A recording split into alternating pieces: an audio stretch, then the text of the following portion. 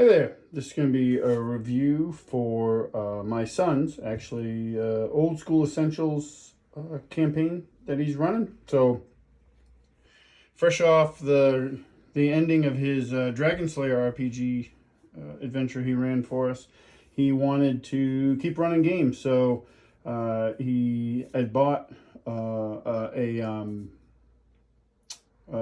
anthology book from Necrotic Gnome. For had some OSE adventures in it, and he wanted to run one of those. So for this game, we're running it on Friday mornings, which is probably an odd time slot for some, but he doesn't have class. I'm retired, and the other player is my buddy Dave, who plays Barry in our Castles and Crusades campaign. He's semi-retired, so we have a free morning, so we're gonna play it then. One of the cool things about this, so he ran us through this adventure to get us started, but what he did was he wanted to do something in my homebrew setting. He's done this before. He's run sessions set in my setting. It helps expand the lore of the setting, because it's something that's always in progress. So it's based out of the town of Mosshaven. So if you've watched any of my Cast Crusades recap episodes, Mosshaven is a town in my setting. Excuse me. It's a mixture of halflings and humans, mostly halflings, and they've made some stops there in the past in that campaign. So we wanted to do something out of Mosshaven. So we're going to flesh out between the two of us, kind of a collaborative effort to flesh out Mosshaven even more, which we've been doing since we started doing this. Excuse me. So we have two players, myself and my buddy Dave. I'm playing a halfling named Saradoc Tosscobble, who is a druid, and Dave's playing Talendar Shadowstone, which is a halfling thief. So we're using Old School Essentials. One of the things we're doing, because there's only two players, actually two things we're doing. We're ignoring race class level limits that they have in the game. And we're also ignoring what classes you can be. We're ignoring all that altogether, which is with Old School Essentials and pretty much any OSR game. Modifying the game like that is pretty easy to do, because it's not so rules intensive that you're going to break anything by doing it. So we're doing that to see what we can come up with. I wanted to play a druid. Give a druid a try, and Dave wanted to play the thief, so that's what we're doing. He started us off with individual intros to our characters. We had some idea. We did a session 0, which for us was basically just got together and made our characters before this session. So now we're doing our introductions, and it started off. My character is he's from Mosshaven, but he's from an area of Mosshaven to the west, and it's this marshy area, and it's along this old forest called the Twisted Boughs. And the Twisted Boughs is kind of a haunted forest, and I don't know if it's haunted. It's just a lot of weird things happen there, so it isn't traveled a lot. And he lives in this marshy area called the Bosky Moors, and he basically just starts his day off like he normally would, very just seeing to his day-to-day activities, and that's about it. Talendar started off the day looking for work. He's living with some folks. I think he's actually humans. He's living with some humans. He did some work for them, but rent is due, and he hasn't been doing anything, so he's got to find some money, something to make some money. I'm out and about, and I'm near the main road, and when I see this cart go by heading towards the city, heading north towards the city, the town. Mosshaven's a town, not a city. At a breakneck speed, and I go over to the road, and I see there's fresh blood on the road, and it's coming from the cart. Had been coming from the cart, so I follow it up, and I make my way to Mosshaven. Meanwhile, back in town, Talendar he goes to the town square. There's a job postings board there, and he saw some stuff with Brambleberry Winery was looking for help with locating a missing shipment of wine. He also runs into a dwarf that's there, and his name is Braun, and they kind of hit it off and decide that they could look for that stuff together and share the reward for it. While they're doing that, this cart comes tearing into town, and it has a wounded boy on it, along with the horses also wounded. And it starts.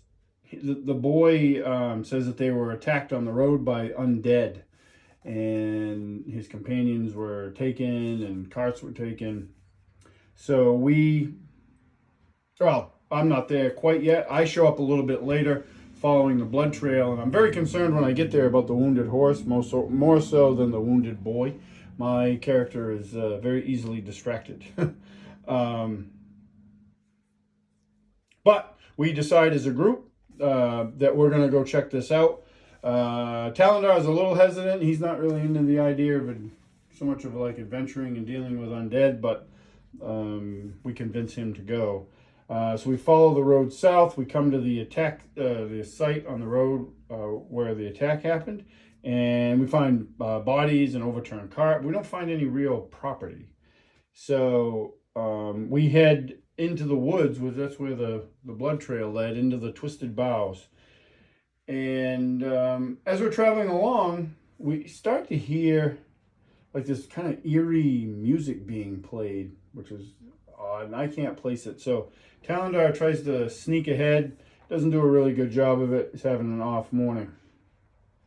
But we keep moving forward, and we end up coming into a blighted area of the forest, which concerns my character very much. You know, he's a druid, so anything that's causing a blight, especially an unnatural blight, is very concerning to him. So are the undead, because they're like they're not a natural part of nature. They're kind of like an insult to nature. At least that's how my character views it. So that was part of the reason he wanted to come here, because if there's undead running around, he wanted to make sure that was put to a stop.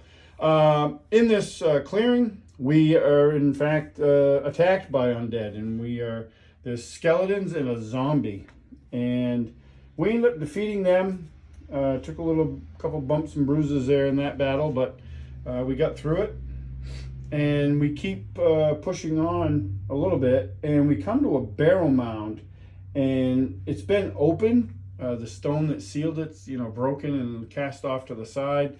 And the music is coming from within the barrel mound, which isn't creepy at all. We hear a voice. I think it might have been a voice. It says, "All who enter will be cursed," but that doesn't stop us.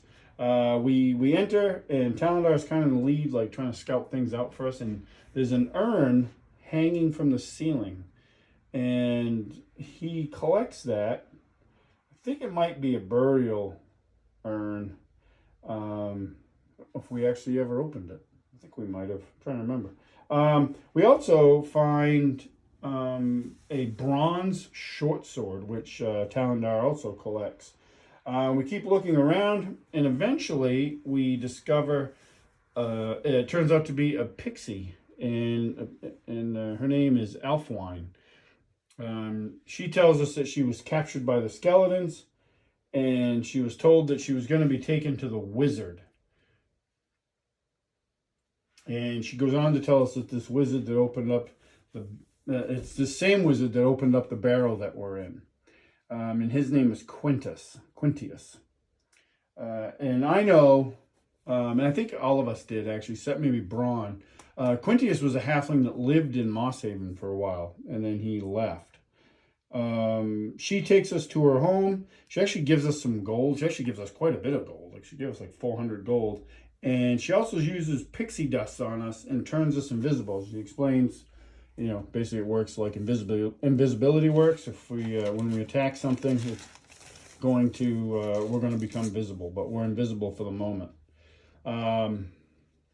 We move on from there to get through more of the barrow, and we end up coming into like a spider lair, but we're able to pass through it because of the invisibility of the pixie dust. We passed through it without complication, which was nice. We avoided that. We come into this other room, and there's this blighted tree in the room, and we end up, it comes alive, and it turns out that it's basically an undead treant, and I'm able to speak to it. I actually have treant as a language. In OSE, druids gain every level, they gain some sort of sylvan language. So I'd actually picked treant, just kind of like figuring that he would spend a lot of time in the woods, and he's probably run into treant, so he knows how to talk to him. That was my reason for picking that language. He tells us, this treant tells us that the wizard brought him back. He was dead and then brought him back, but he's basically undead. And the wizard lost control of the undead. And the undead want the wizard to return them to flesh. So we talked to him for a bit, but then he ultimately, he's told us what he can tell us, and he doesn't want to be disturbed anymore, and we leave him alone. We keep moving on, and we come to this chamber, and we look in it, and there's like 10 skeletons and 6 zombies. And I'm like, there's only 3 of us, so I don't know how we're going to deal with this. But what we did is we actually came up with a pretty good plan. We decided that we were going to lure as much as everybody as we could into the hallway. But what we were going to do was, before we got to those guys, we actually fought some giant rats too, which they just came out of the tunnels and stuff and attacked us, but those were pretty quick. But we're dealing with this. But the skeletons and the zombies are all laughing and drinking wine, and it's like spilling out of their bodies because they're not whole. And it was a really weird scene. But we decided we're going to lure them into the hallway. We're going to run into that room. There's like 16 adversaries there, so it would be very easy for the 3 of us to get surrounded. So we're going to lure them into the hallway.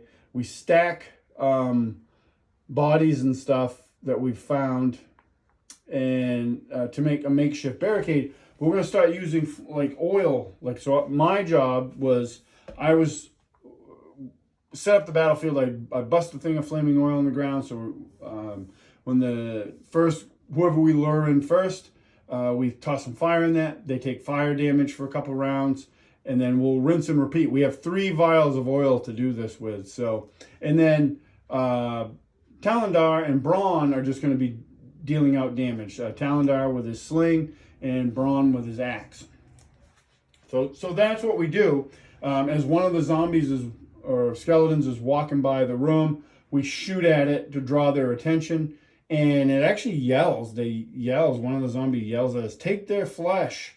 So we're like, oh. So they come in, and this actually worked really well. Like, this was way better than I thought it was going to work. We're able to grind through all these guys. A couple fled out of the room, and the rest of them came to get us. And we were able to get them down. Nobody went down. I mean, there was some injuries taken, but we really turned it into like a little bit of a meat grinder for them. Once they were down, we went into the room that they'd occupied and found a fair amount of treasure.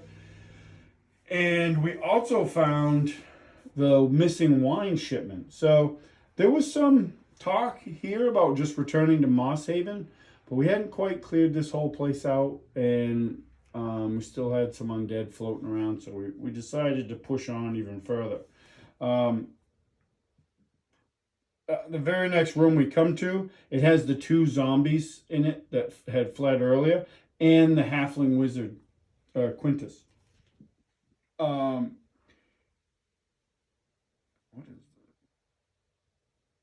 is Quintus tries to bargain with us, because we talked to him, and he's been bringing back the undead, and to my character, that's like abominable. Like, you can't do that. Like, there's no coming back from that. You're not a good person, and we're not gonna, we give him the option. You can come with us. We'll bring you to Mosshaven. You can answer for your crimes, or we're gonna end up fighting you. Because we're not going to let you go. He offers us treasure and all this stuff, and we're like, nope, we're not letting you go.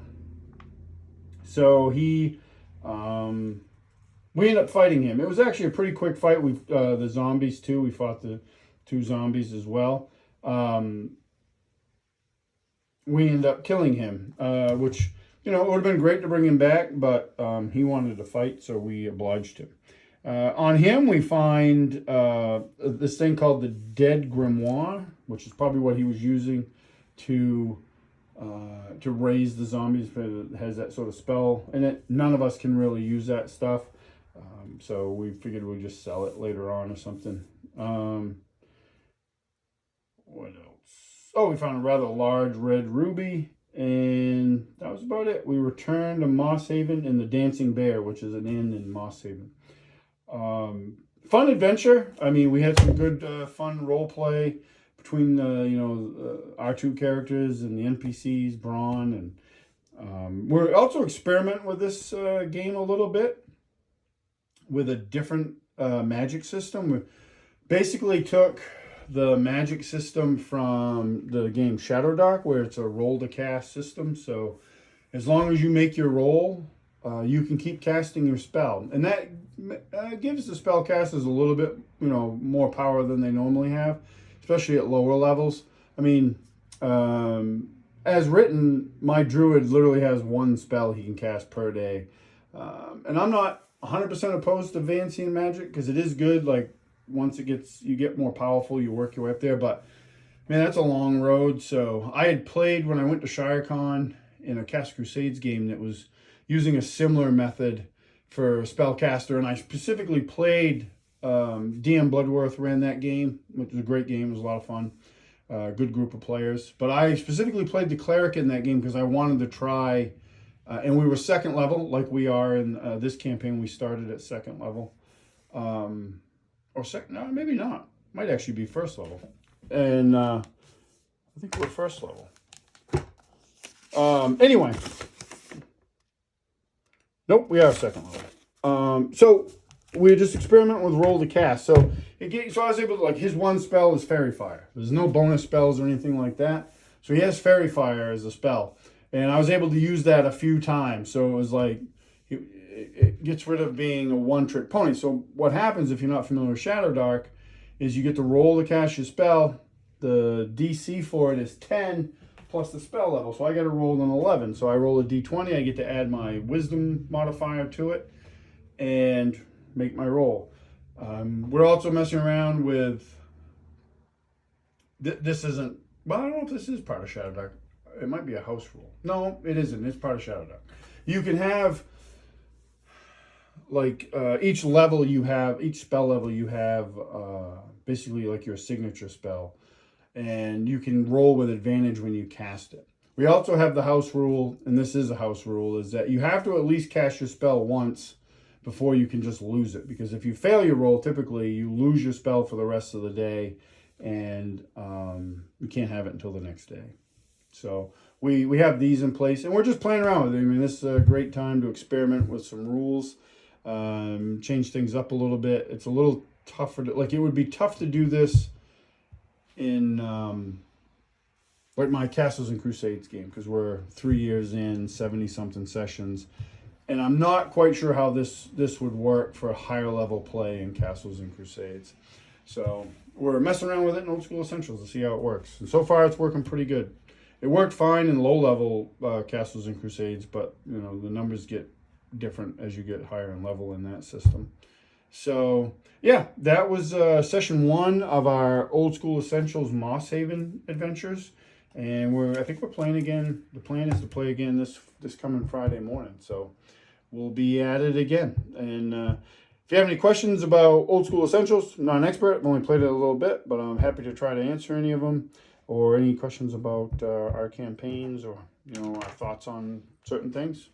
Feel free to fire them off. Appreciate all the comments and stuff I've been getting on the videos. Really appreciate that. That helps a lot. And I will catch you all at the next one.